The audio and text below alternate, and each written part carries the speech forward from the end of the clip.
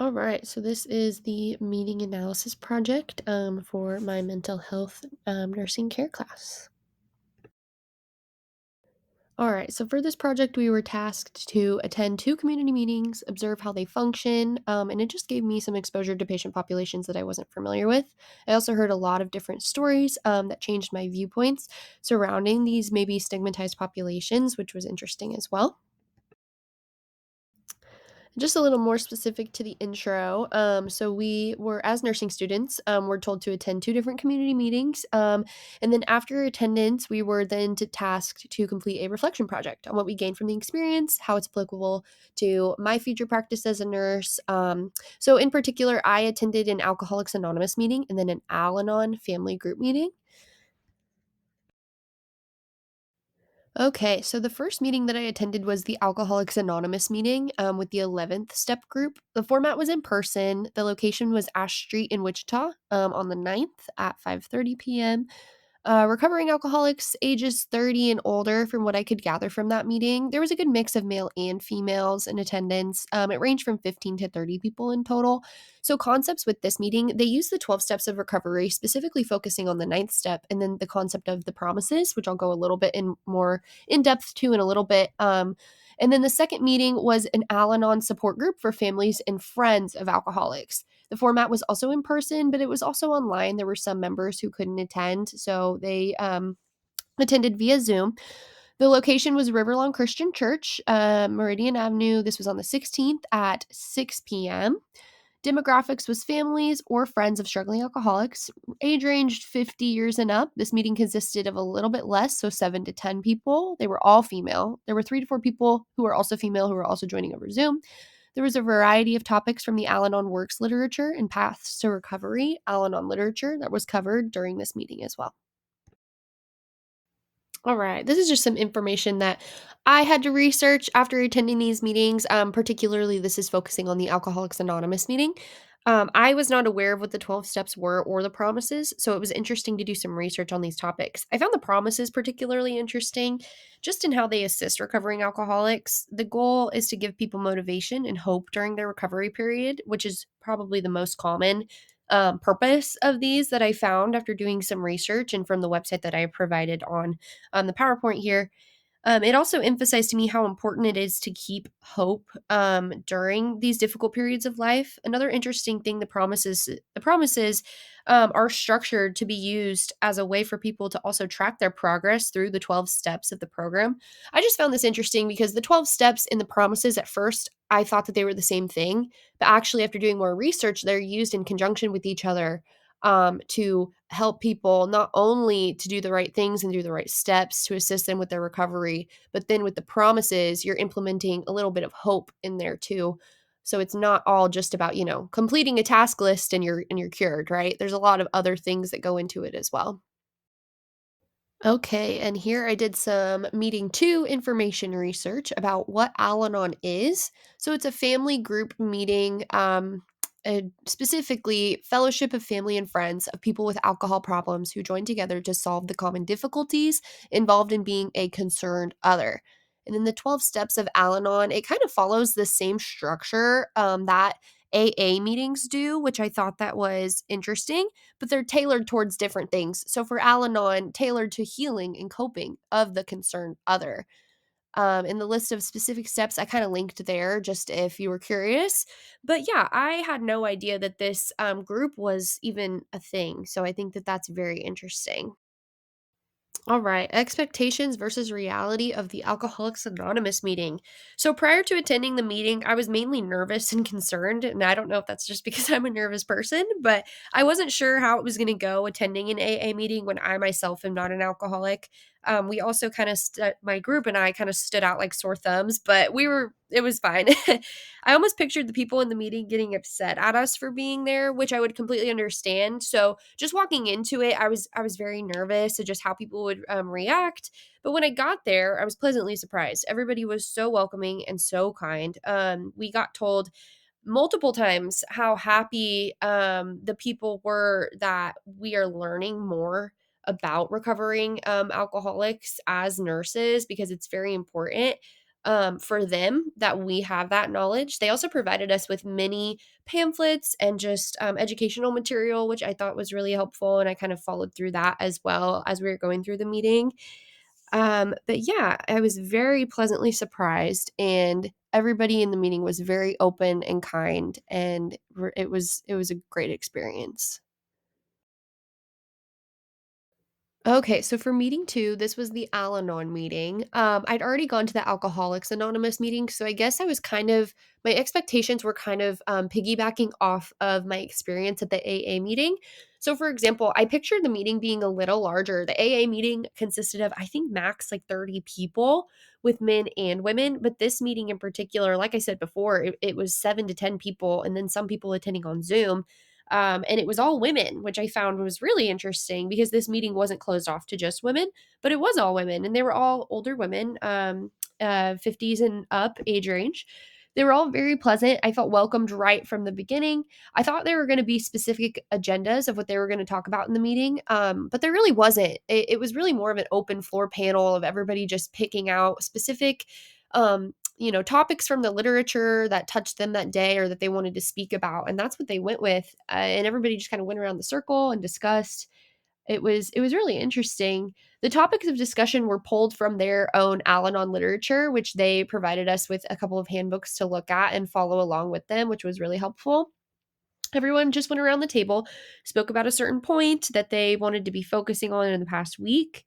Since there weren't as many people in the meeting, there was more time for each individual to speak. I know the AA meeting, they had a time limit of 4 minutes or something, maybe, of testimony per person. So this meeting was a lot different just because time wise, they had more time to speak. Another expectation that I had was the attendees would show some anger or resentment towards the person that they were discussing about in the meeting that day. I think I expected this because my dad is now a recovered alcoholic, but I did have a lot of anger towards him when he was going through his whole process and everything. So I don't know. I guess I just kind of took some of that within myself, and I was like, oh, well, they're going to be upset. But they really weren't. They were really forgiving, and they actually focused more on themselves than the person that was going through all of the addiction issues. The meeting was actually centered around self-wellness and forgiveness after I did some more research into Al-Anon, which I found really interesting as well. They didn't dwell on so much of the person that they were concerned about. They were more so discussing themselves as a concerned other, which I think is actually really healing and really beneficial for these people. Okay, so some stigma and personal bias. So, my personal bias prior to attending the AA meeting surrounding around alcoholism, mainly being a selfish characteristic, I just assumed that these people value the positive feelings that they got from alcohol more than how their alcohol abuse impacted their loved ones and even themselves. I just assumed that alcohol is used as the crutch and they didn't recognize the consequences of their actions. Again, mainly because I watched my dad walk through this. So a lot of my personal bias came from my own experiences. After attending this meeting, though, it's really different to see these individuals on the other side, and working towards recovery, because actually they do recognize the damage that it caused. And I know, like, my dad now going through his recovery process did recognize the damage. It's just in the moment, it's different from actual recovery. So it gave me new insight after attending these meetings and how my personal bias really impacted how I saw these individuals. So that became very clear to me, and that was very interesting. Prior to attending the Al Anon meeting, my personal bias surrounded around the feelings that these group members must be having. Kind of like I discussed before, I assumed that they'd be angry and more resentful than anything because I just assumed that they would be because that's how I would feel. But they were very positive, and again, they mainly focused on how they can improve their own lives moving forward. I think this is really important and a great way to cope because at the end of the day, you can't change the other people around you, but you can work on positive progress within yourself, and that is something that I also had to learn walking through the experience with my dad. So it was really interesting to see how my personal background brought some bias into these meetings before I attended them, but after attending it, I stood corrected in many different ways of my thinking. Okay, so after attending these meetings and then getting to look at my own personal bias a little bit more, it really got me thinking about the importance of therapeutic relationships as a whole. So, according to Mula and Estrada, the therapeutic nurse patient relationship reduces hospital stay duration and improves quality care for patients. This is just more of a like in general and maybe even, statistical way of how therapeutic relationships are beneficial. But after reading this article a little bit more in depth, more specifically to the struggling alcoholic population, this article also highlights a therapeutic nurse patient relationship involves the nurse being a witness of the experience of the health and illness process. And as a witness, we should be empathetic to these patients as well as non judgmental to facilitate their healing. This really stood out to me just because after looking at my bias and my thoughts and opinions about the going into these meetings, I realized how much unintentional bias that I held, which really had me thinking about the bias that we hold, whether it be intentional or unintentional, will in one way or another impact our delivery of patient care. It's crucial to recognize these biases for the best interest of our patients and to move forward in building a therapeutic relationship. It just got me thinking that maybe if I was unintentionally holding these biases and I never attended these meetings to see what life was truly like for these recovering alcoholics in this recovery process, I would probably be holding on to this bias into my practice and unintentionally not giving these specific types of patients the best level of care that I can. Maybe because I just thought, "Oh, well, they're an alcoholic," and maybe you would just assume that they're not taking the steps to recovery, even if they are. So it was really interesting to see the other side of these patients' lives, specifically in recovery, and it really made me think, "Okay, how does this impact my personal bias moving forward?" And then, breaking down those biases to build a therapeutic relationship is really what stood out to me the most and what I carried with me even after leaving these meetings. And for the last little bit here, I just wanted to talk about the incorporation of spirituality into these meetings.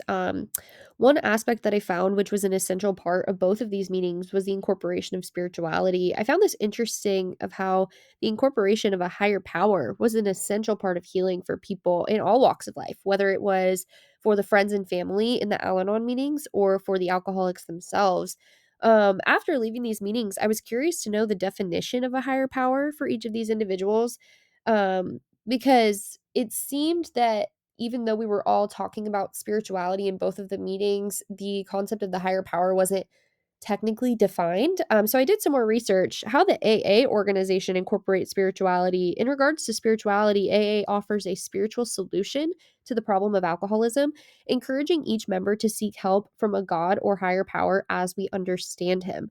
The reference to a God or a higher power as we understand him was very interesting to me because the foundation of AA really doesn't have a defined spirituality practice, and it can be anything that aids in the facilitation of healing for recovering alcoholics, which I found very, therapeutic for these individuals too, because it kind of just stated that you don't have to agree on a higher power because it's not like a religious, it's not like the Catholic Church or a specific type of religious affiliation where we all believe the same thing, but really just as you understand God or that higher power to be, whatever way is going to help facilitate your healing. I found that really interesting. And I think that that's also really beneficial because alcoholics and alcoholism happens everywhere all the time, and no two people are completely identical. So I think by bringing on this inclusivity and not really defining or having harsh definitions of God or of that higher power, and just allowing people to cling on to whatever concept of spirituality helps them in their recovery, I think that this is really beneficial as well. You're not excluding anyone, you're not, being a specific religious affiliation, you're just welcoming a place for people to practice however they wish to practice and incorporate spirituality however they wish to do so. Okay, so in conclusion, these are just the top three things that I really took from this project. Number one was the exposure to the unfamiliar. By attending these meetings, I involved myself in something that I was not really familiar with on the recovery side for the Alcoholics Anonymous meeting and for the friends and family with Al Anon. It helps me better understand these groups and our community in a positive light.